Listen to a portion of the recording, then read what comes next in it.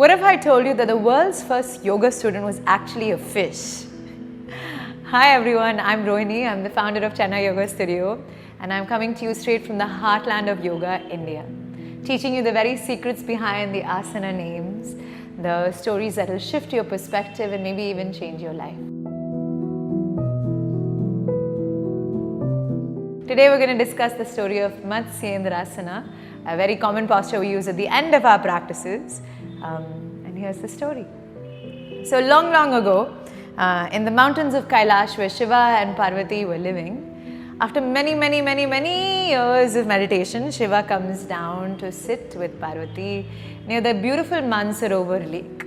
And as they're sitting together, they're spending time, they're talking to each other. Parvati very sweetly and interestingly asks, Shiva, tell me the secrets of the universe.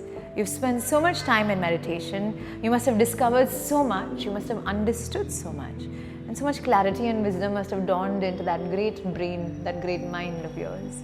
Please share something, even if it's a little drop.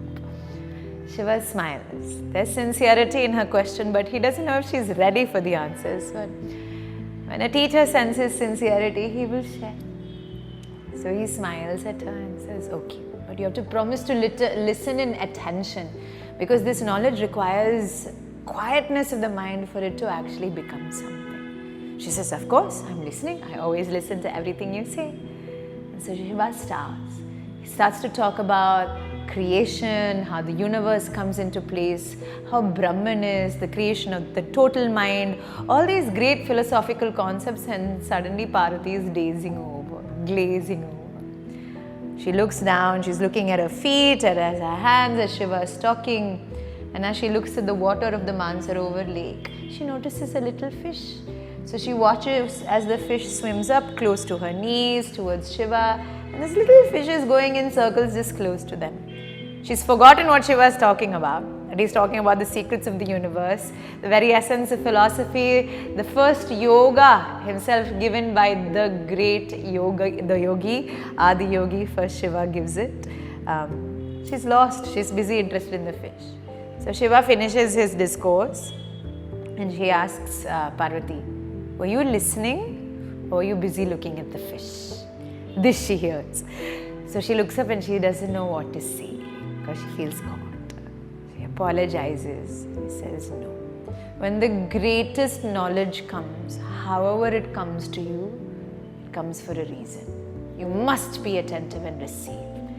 And because of your distraction, you have to go live your life on earth as a fisherwoman's daughter, and after that you come back to me.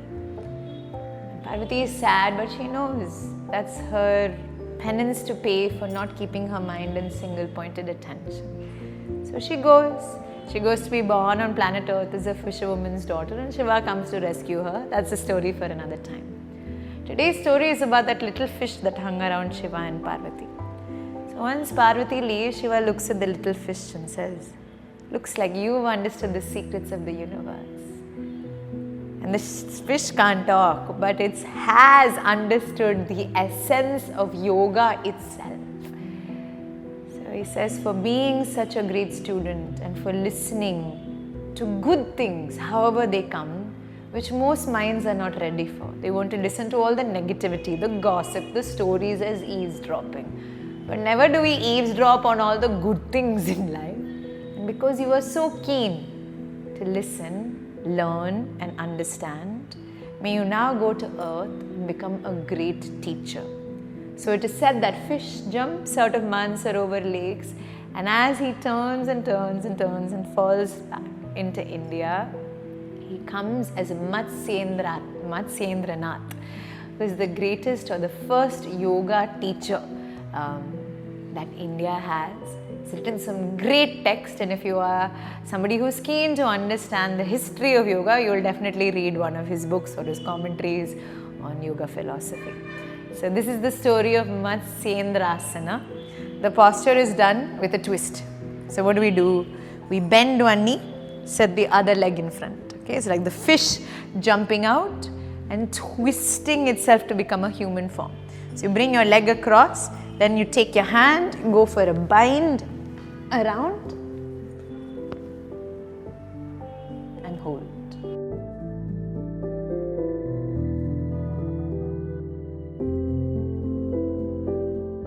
So this is the posture of Matsyendrasana, of a fish that leaves the little pond that he was in and chooses to go on to become a great teacher, one of the first teacher or the first student of yoga, however you like to look at it.